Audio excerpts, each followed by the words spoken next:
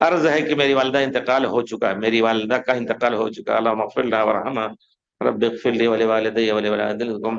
میری والدہ نے کوئی وصیت بھی نہیں کیا اور نہ کوئی مال وغیرہ موجود ہے، لیکن اولاد صاحب حیثیت ہے، تو کیا والدہ کی جانب سے حج بدل کیا جا سکتا ہے؟ بھائیو، یہ والدہ کی مرنے کے بعد ان کی خدمت کا بہت بڑا ذریعہ ہے، بہت بڑا ذریعہ ہے، آپ کیجئے اس کے لیے، اللہ تعالیٰ قبول کرے۔ اور چونکہ یہ حج انشاءاللہ ان کے لیے گناہوں کا، جس طرح آدمی حج کرتا ہے گناہوں کے معافی کا سبب بنے گا، مغفرت کا، ضرور کیجیے۔ اللہ نے اگر نہیں خود کر سکتے ہیں تو کسی عالم کو، عام آدمی کو مت بھیجیے، کسی عالم کو جس سے پہلا عمرہ کر لیا ہو، اس کو کہیے کہ ہماری والدہ کی طرف سے خرچ دے دیجیے، ان کا سب کچھ کر دیں انشاءاللہ۔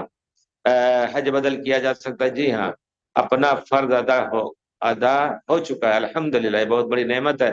خود آپ کیجیے، ایک بیٹا اپنے باپ کے لیے، ماں کے لیے جو اخلاص کے ساتھ حج کرے گا، کرائے کا کر سکتا ہے، یا مجھ کو کرایہ کرنا کہیں، ایک آدمی اگر عالم ہے، فاضل ہے، تو انشاءاللہ اخلاص کے ساتھ کرے گا، لیکن عام آدمیوں کو آپ نہ دیجیے کسی کو، خود آپ لوگ کریں، وہ انشاءاللہ بہت بڑی سعادت مندی کی بات ہے۔